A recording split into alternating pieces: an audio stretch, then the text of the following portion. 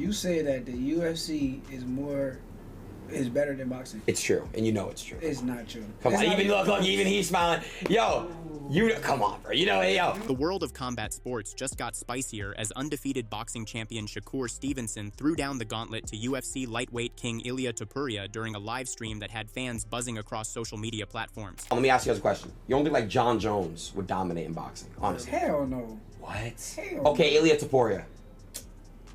Tell him come fight me. He's a crazy boxer, bro. I don't care. Tell him come fight me. Hold on. Stevenson appeared alongside boxing legend Terence Crawford on popular content creator Adin Ross's Kickstream when things took an interesting turn. The conversation quickly pivoted to the age-old question that refuses to die. Which discipline reigns supreme, boxing or mixed martial arts? Ross apparently suggested that UFC holds the crown over boxing, and that comment didn't sit well with the champions present. The Newark native didn't mince words when addressing the comparison between the two sports. According to Stevenson, there's a significant gap in skill level between boxing and MMA, and he made it abundantly clear that he believes boxing stands on a higher pedestal. When Ross specifically brought up Topuria's name, the response was immediate and direct. Stevenson issued a simple challenge for the UFC champion to step into his world and test those hands. Crawford echoed similar sentiments during the conversation, firmly stating that UFC would never surpass boxing in terms of pure combat artistry. The discussion evolved into a nuanced breakdown of what makes each sport unique, with Crawford acknowledging that MMA requires a different mental approach due to its multifaceted nature involving striking, kicking, and grappling. However, both boxing champions remain steadfast in their belief that the sweet science demands superior hand skills. I think UFC's better than boxing. There's nothing wrong with that. I think it's great. UFC would never be better than boxing. At all. It ain't even What? close. Ever. The skill level is different. All right, so like, hold on. Let me ask you guys a question. You don't think like Jon Jones would dominate in boxing, honestly? Hell no. What? Hell okay, Ilia Topuria. Tell him come fight me. He's a crazy boxer, bro. I don't care. Tell him come fight me. Hold on a second. What about... UFC is good for what they do, and we good for what we do. That makes you sense. Know what I mean? Yeah, that makes sense. You gotta think, if I can't whoop you with my hands, I can kick you, I can take you down. True, it's different. You know, it's a whole different mental capacity than just, you know, kicking, punching, and... You know, I will say you're right, because a lot of UFC fighters that do try to do boxing, they don't do well. But it would be the same way. It'd be the same way if it was reversed. Exactly. I get that. I get that a lot. Interestingly, Topuria had previously challenged Crawford himself to a boxing match, but the now retired champion had publicly dismissed that call-out. This latest development adds another layer to the ongoing tension between boxing's elite and MMA's top competitors, a rivalry that gained mainstream attention back in 2017 when Conor McGregor faced Floyd Mayweather in what became one of the most profitable combat sports events in history. Do you think there'll ever be another huge UFC crossover boxing like McGregor-Mayweather? Yeah, for sure. There will be another UFC megastar. There will be another boxing megastar, and so happenly, if they around the same weight, it's going to happen. Y si es contra alguien como Crawford, mucho mejor. Primero, when the right time. The boxing versus MMA debate exploded into another dimension when UFC welterweight contender Joaquin Buckley caught wind of Stevenson's comments and responded with a fiery tirade on social media. Buckley took exception to what he perceived as disrespect from boxers toward MMA athletes. He pointed to Stevenson's recent victory over Teofimo Lopez, suggesting that while the win was legitimate, the manner in which it was achieved, through technical dominance rather than a knockout, showed a conservative approach driven by protecting an undefeated record. Buckley's critique went deeper, arguing that MMA offers more unpredictability and entertainment value compared to boxing, where outcomes often feel predetermined based on stylistic matchups. He made the controversial claim that in a real-world confrontation without rules, the outcome would heavily favor an MMA fighter due to their diverse skill set. The statement was provocative and designed to get under the skin of boxing purists. But I just hate, and I'm gonna just say this right now, y'all boxers are so disrespectful to us athletes, bro, in the UFC. Shakur, I'm on you. Even though you beat Timo, all the stuff that Timo was talking, all that trash that he was doing, he's saying nigga, he throwing bananas at you and all that type of stuff, right? Yeah, you beat him, but you should have knocked his out cold. But because you worried about your little record, because you don't want to get embarrassed, you want to blame it, oh, well, it's the art of boxing. Or, I just want to show my jab all night. You a hoe. You a hoe. You ain't want to go out there and put on your best performance. So with that being said, stop disrespecting us, bro. We are way more entertaining than y'all. It just is what it is. When we watch you guys fight, it's predictable on who's going to win. So there ain't no excitement in that. In the UFC, you don't know who gonna get it. From the wrestling, from the submissions, from knees, from elbows, from kicks, spinning back kicks, spinning fists. And y'all try to say, no, y'all the real fighters. How? How y'all the real fighters? If we came outside, literally where I'm at right now, I could kill you. I'm not saying I want to kill you or want to take you off this earth, but realistically, I would kill you if we fought.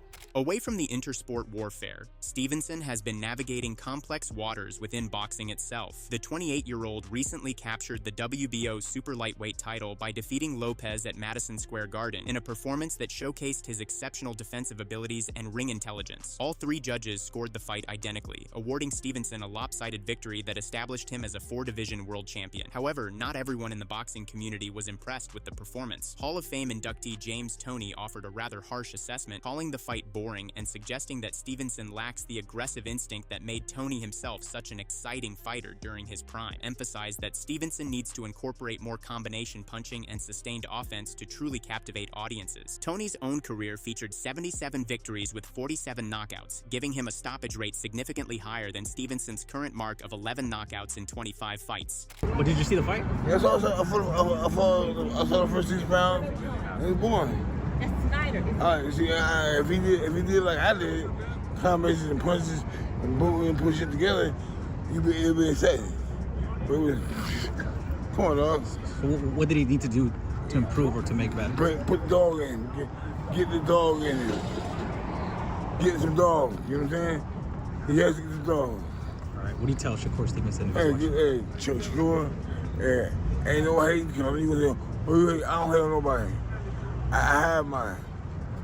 I was saying, get some dog in, son. The criticism highlights an ongoing narrative surrounding Stevenson's fighting style. While his technical excellence is undeniable, some observers feel his safety-first approach sacrifices entertainment value. Toney believes that adopting a more aggressive mentality would elevate Stevenson's standing in the sport while maintaining his undefeated record. Stevenson now faces an intriguing dilemma regarding his championship status and weight class future. Complicating matters further is the emergence of Keyshawn Davis as the WBO's #1 contender at super lightweight. Davis happens to be one of Stevenson's closest friends and training partners, making any potential mandatory defense awkward at best. Stevenson has previously stated he would only fight Davis for an absurd payday of $500 million, reasoning that risking their personal relationship for anything less would be foolish. He explained that both fighters are intensely competitive, and having a winner and loser determined in such a high-stakes environment could irreparably damage their bond. Yeah, I've been seeing that online. People coming at you for saying that you won't fight Keyshawn.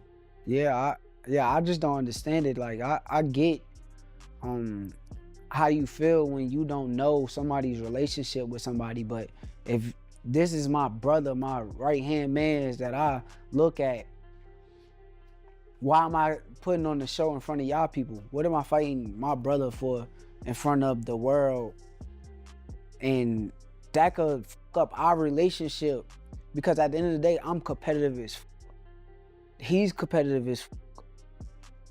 It gotta be a winner, it gotta be a loser.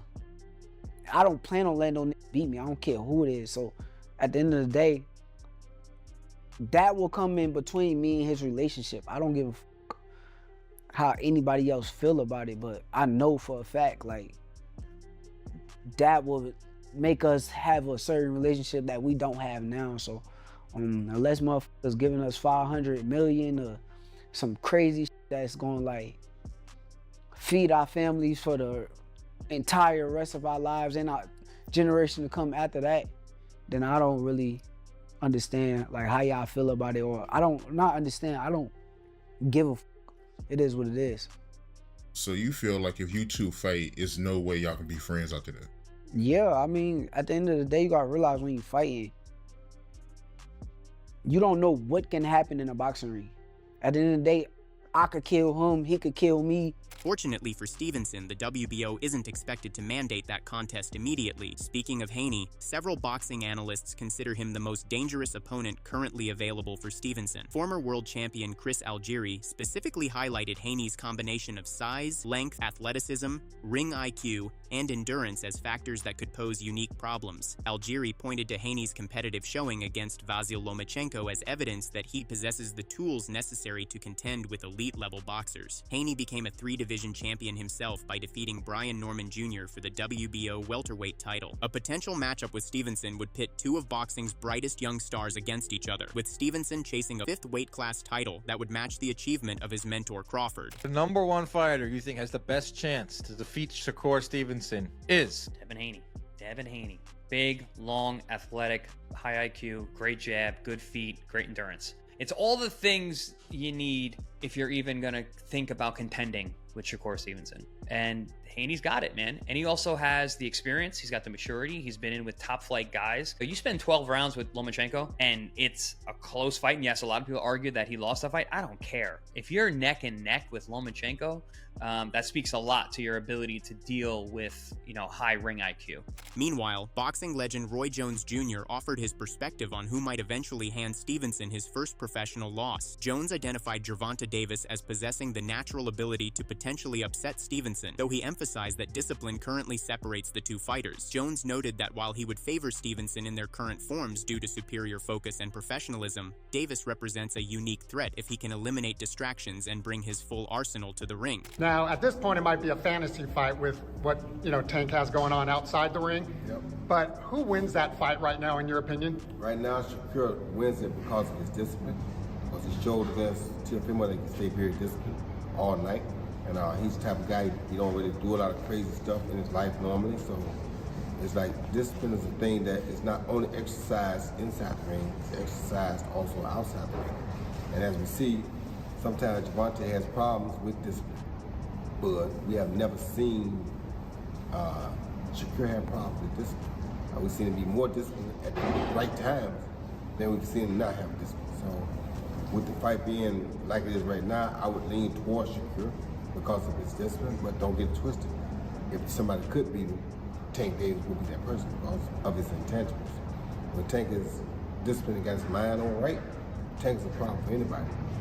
Tank can fight better than most people think he can.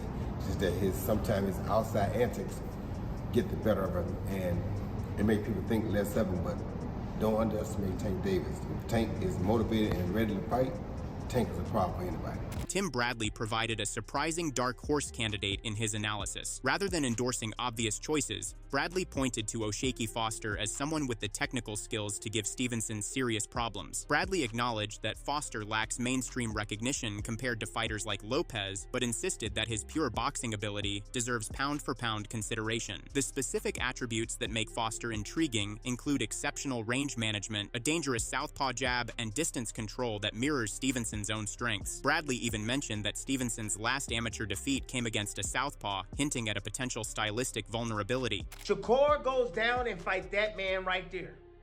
Because I'm saying Tank ain't gonna fight him if he goes down to 35. Like, when you a fighter and you fight at a certain level, right, you get a certain amount of money, like, you trying to be like, all right, I'm trying to either meet that and get a little bit more money, or, I'm trying to surpass that. I'm trying to challenge somebody even better than that. That shit was easy. So, O'Shaquie Foster, as far as notoriety, he not bigger than Tio. But I'm telling y'all, as far as skill, and I believe O'Shaquie should be on a pound-for-pound list. O'Shaquie should be on a pound-for-pound list. Right now, he should be number 10. Shakur, you need to go ahead and slide him up top 5. Shit. Slide him up top 5.